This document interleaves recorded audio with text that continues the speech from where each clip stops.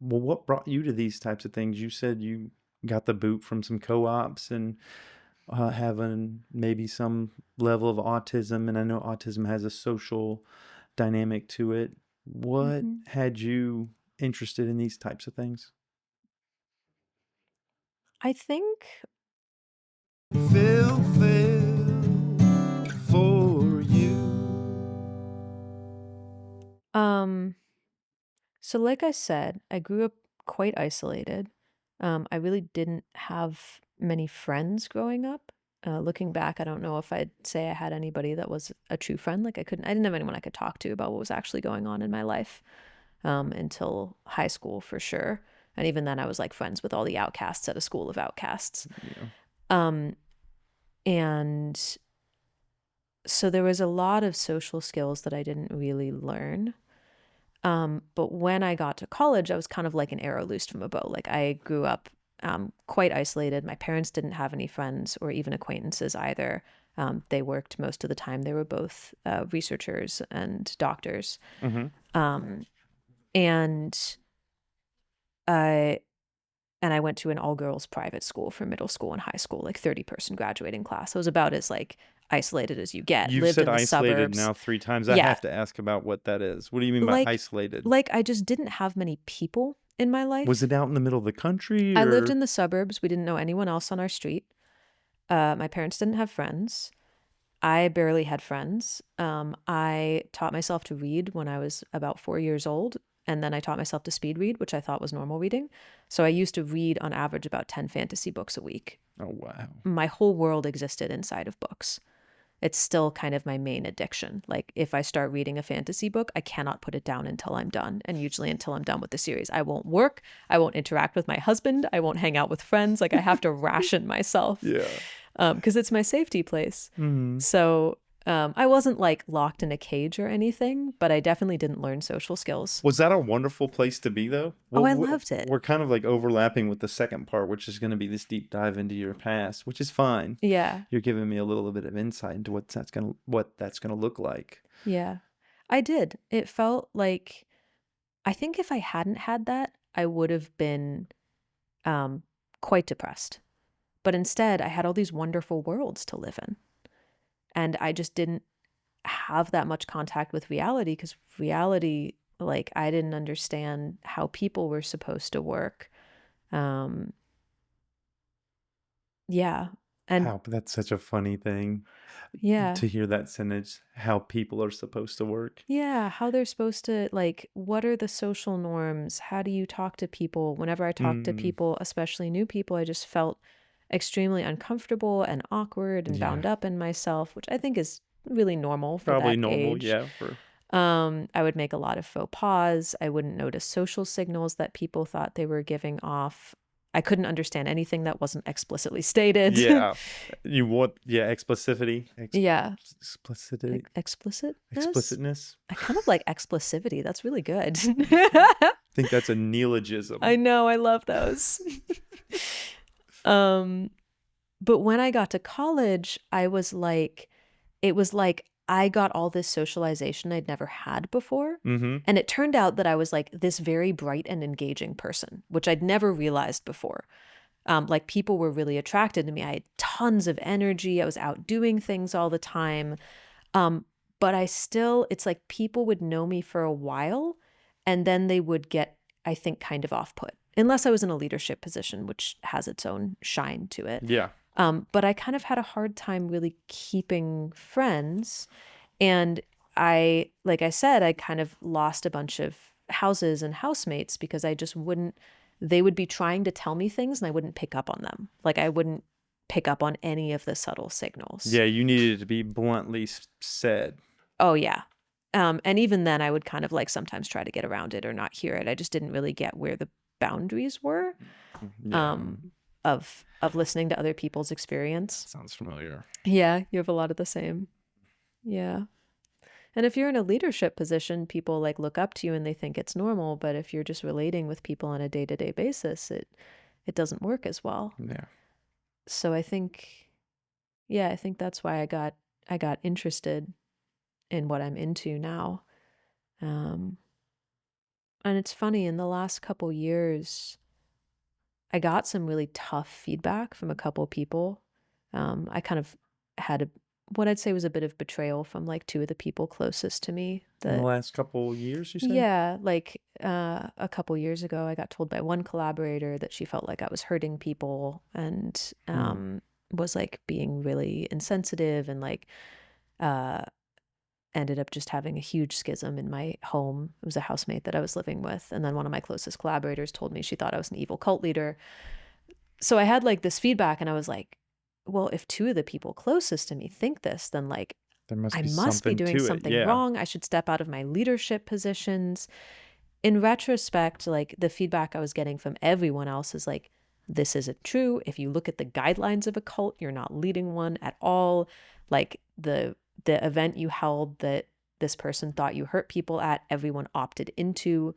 One of the staff members had gotten COVID the day before and everyone was exposed to it. Oh my And I goodness. had chosen to not cancel the training, but to give Yeah. everyone there an option to come or not. We held the Yeah. whole thing outside, but she like felt like it was still very unsafe. So like Mm. I was like, if I can't see what I'm doing in leadership, if I'm hurting people, I should step out of it. Yeah. Um, and that's been really strange because I've noticed that without my role, I'm a different person. Like I have to build up from scratch. Who do I want to be? That was a very strong part of myself. And that's been a little bit disorienting. It's been like, okay, I feel like I'm in a new phase of my life where I have to figure out who I am now and who I am without this very seductive mask that I put on, where I was high status and people wanted to be with me because of it. But now I have to figure out who wants to be with me because of me. That's interesting. It's interesting for me currently because there's this idea that this is some avenue into adding value into the world in a more in a larger way, Mm-hmm. which I think directly relates to some sort of status. Mm-hmm. Like I want to be a valuable person in the community, in society. Yeah. And I think this is a way to like give back in that way. And then when you start to step into that, if it starts to have some success, it's like you're stepping into a new version of yourself. Yeah. And it's not that, I mean, you're multidimensional, Right. but that's part of the dimensions. I mean, you still have your fantasy novel self. Yeah. You don't relinquish that. Something I've really found is like from trying to step away from everything, I think what I'm finding is that we actually don't exist outside of roles and we don't exist outside of relationship, really. Like, I can't step out of all of my roles. I have to find things that I'm going to inhabit and ways of being that I care about. Well, if you could go further than that, we could discuss Buddhism. We're not going to, but we get to where there's no self at all. Exactly. Which is like, if you're independent of anything else, like, that actually feels true to me, Yeah. strangely. You are me and I am you and all that stuff. What Hmm. is that? I'm the walrus. Yeah. What are the selves that you feel you want to inhabit? Like, what do you want to step into? For me, Yeah.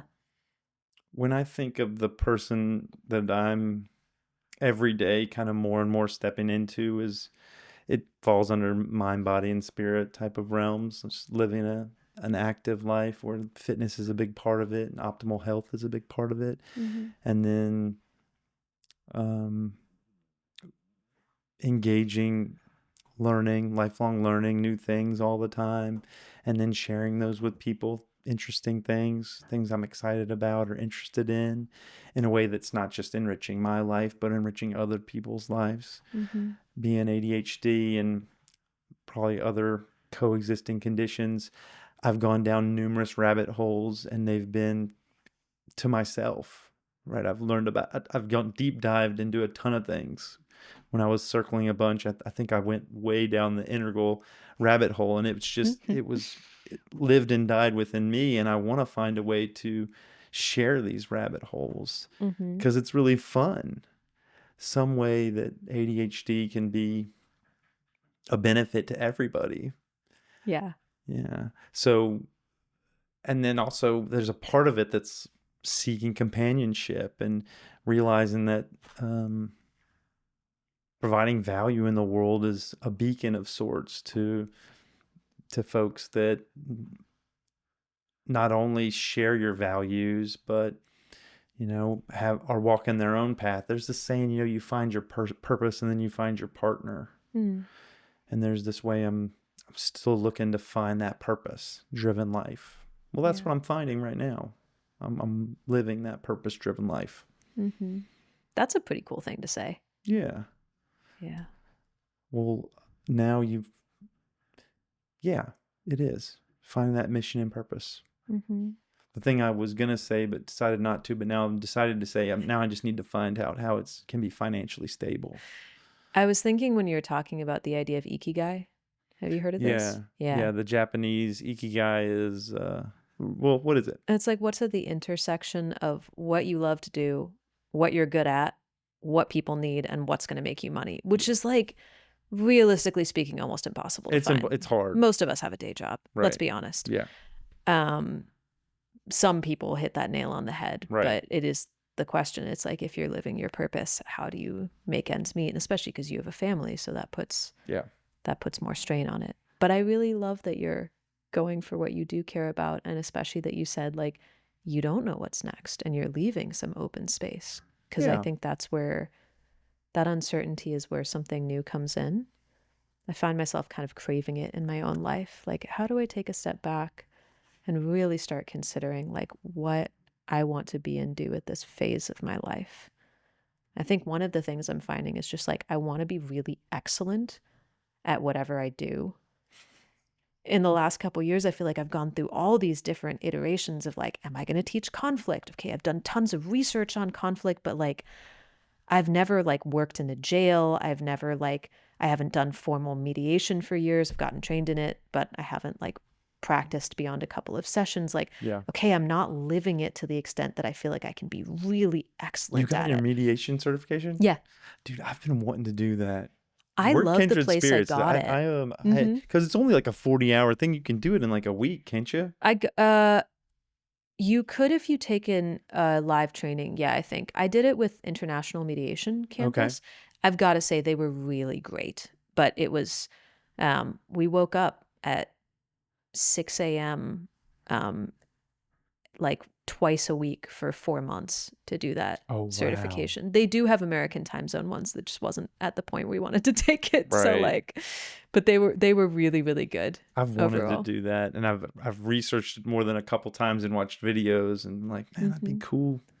I actually went through a mediation recently, and I might have the mediator on the show, because I'm like, there's something that's really exciting to me about supporting people at that junction in their life.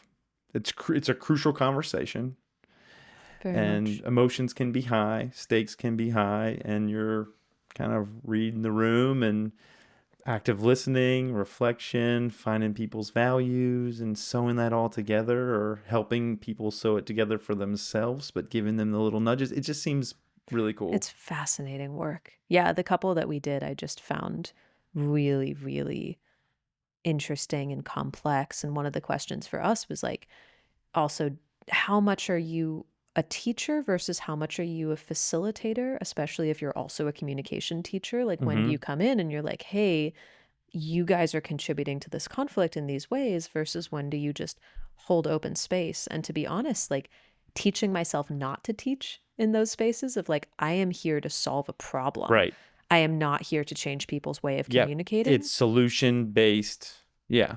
That was really, in a way, it was both very restraining and also very powerful. Because in communication, we don't usually think of it as solving a problem. We think of it as like effortless efforting. Yeah. I'm going to improve your life skills. And mediation is like, no, we got to decide who gets what in the divorce.